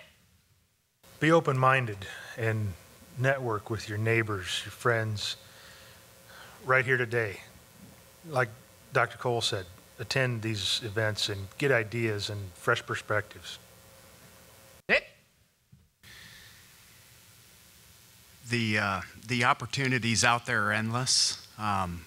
Risk management's going to be a key component as we continue to move forward, and folks out there, we've got a lot of good opportunities out in front of us to be able to capture. Mark? So